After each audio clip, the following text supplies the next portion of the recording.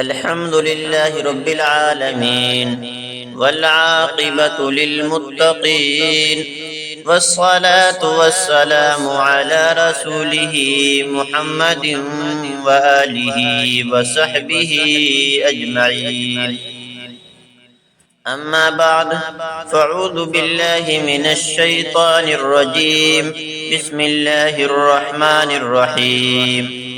قل إن كنتم تحبون الله فاتبعوني يحببكم الله ويغفر لكم ذنوبكم والله غفور رحيم. صدق الله العظيم. اللهم صل على محمد وعلى آل محمد كما صليت على إبراهيم وعلى آل إبراهيم إنك حميد مجيد.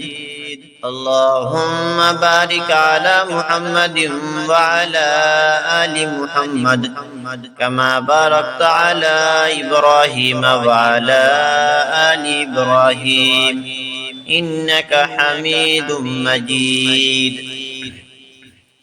میرے محترم بزرگوں اور دوستو، اللہ تبارک و تعالی کا بہت بڑا فضل و کرم ہے، اس کا احسان ہے کہ اللہ تبارک و تعالی نے ہم سب کو ایمان جیسی نعمت عطا فرمایا ہے.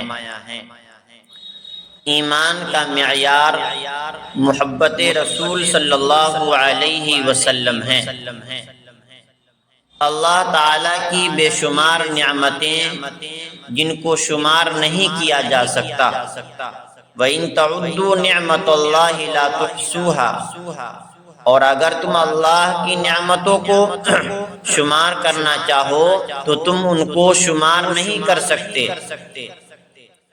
تو انہی بے شمار نعمتوں میں سے ایک عظیم المرتبت نعمت ایمان ہے، اور جسے یہ نعمت ملی یقیناً اللہ کا اس پر ایک عظیم احسان ہے. اس کی قدر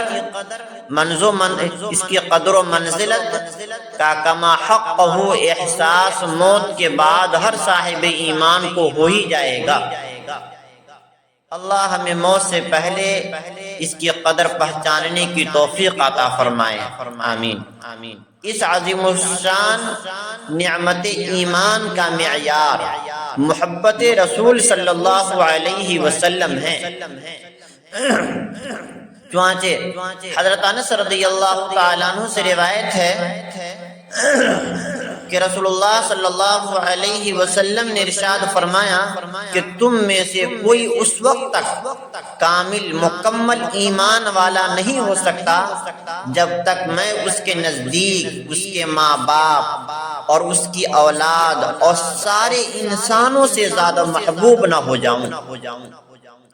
تو میرے عزیز دوستو، ہمارے ایمان کا معیار آپ صلی اللہ علیہ وسلم کی محبت ہے. ہمارا ایمان لا الہ الا اللہ سے شروع ہوتا ہے تو محمد رسول اللہ پر ختم مکمل ہوتا ہے. محبت کا معیار اطاعت ہے. ایک ایمان والا جب اللہ سے محبت کا دعویٰ کرتا ہے تو اس کے خشک دعویٰ پر مہر تصدیق نہیں لگایا جاتا، بلکہ اس کو رسول اللہ صلی اللہ علیہ وسلم کی اطاعت و پیروی کے سانچے میں پرکھا جاتا ہے.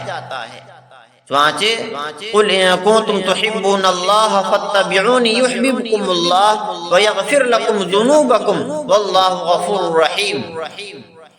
اے پیغمبر، آپ کہہ دیجئے کہ اگر تم اللہ سے محبت کا دعویٰ کرتے ہو تو تم میری اتباع کرو، اللہ تم سے محبت کرے گا اور تمہارے گناہوں کو معاف کرے گا، اور اللہ مغفرت کرنے والا رحم کرنے والا ہے.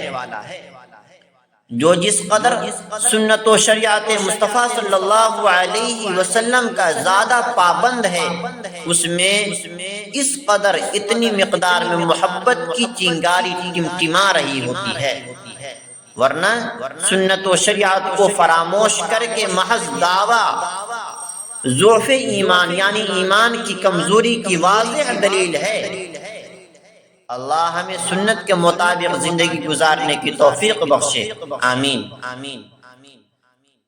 محبت رسول صلی اللہ علیہ وسلم کا دائرہ۔ محبت رسول صلی اللہ علیہ وسلم کا دائرہ بہت زیادہ وسیع ہے، کیونکہ محبت آپ کی زندگی کے سارے شعبوں سے متعلق ہے۔ ایک مخلص ایمان والا رسول اللہ صلی اللہ علیہ وسلم کی زندگی کے ہر پہلو پر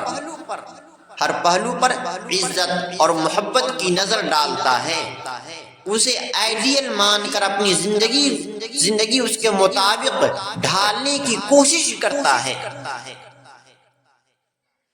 عام انسان جس نے کسی حد تک اپنی ایک شناخت بنا لی ہو، اس کی زندگی کا آغاز وہاں سے ہوتا ہے جہاں سے اس نے ترقی کی، کیونکہ عروج ترقی سے قبل دور کا زمانہ مثلا بچپن، لڑکپن، جوانی نہ اہم ہوتا ہے، بلکہ اور نہ وہ کسی خیال و قلم میں محفوظ ہوتا ہے۔ لیکن نبی کریم صلی اللہ علیہ وسلم کی زندگی تخلیق آدم سے پہلے شروع ہو جاتی ہے۔ اسی لیے احادیث میں آتا ہے کہ آدم روح اور جسم کے درمیان تھے، آدم علیہ السلام روح اور جسم کے درمیان تھے۔ آپ صلی اللہ علیہ وسلم کے دنیا میں آنے سے پہلے ہی بی بی آمنہ کو بشارتیں ملنی شروع ہو جاتی ہیں۔ آپ کا بچپن، آپ صلی اللہ علیہ وسلم کا لڑکپن، جوانی، بلکہ ساری زندگی کے شب و روز کے واقعات، حالات منوعاً محفوظ ہیں۔ کوئی گوشہ ایسا نہیں جس پر انگلی رکھی جا سکے۔ ہاں، وہ بدبخت جس کے دل میں بیماری اور طبیعت میں خباثت ہوگی اور باطن غلاظت سے بدبودار ہوگا، پیغمبر اور اسلام کا دشمن ہوگا، یا کسی باطن کا ہموار چیلا ہوگا، وہ ابو جہل، ابو لہب، عتبہ، شیبہ کی حرکتوں کو دہرانے کی لا حاصل کوشش کرے گا۔ اللہ ان دشمنان پیغمبر کو نامراد کرے، آمین۔ میرے عزیز دوستو، جیسا کہ آپ کو معلوم ہے کہ رسول اللہ صلی اللہ علیہ وسلم کی زندگی کے گوشے بہت وسیع ہیں، ہر گوشے بہت وسیع ہیں۔ ایک پہلو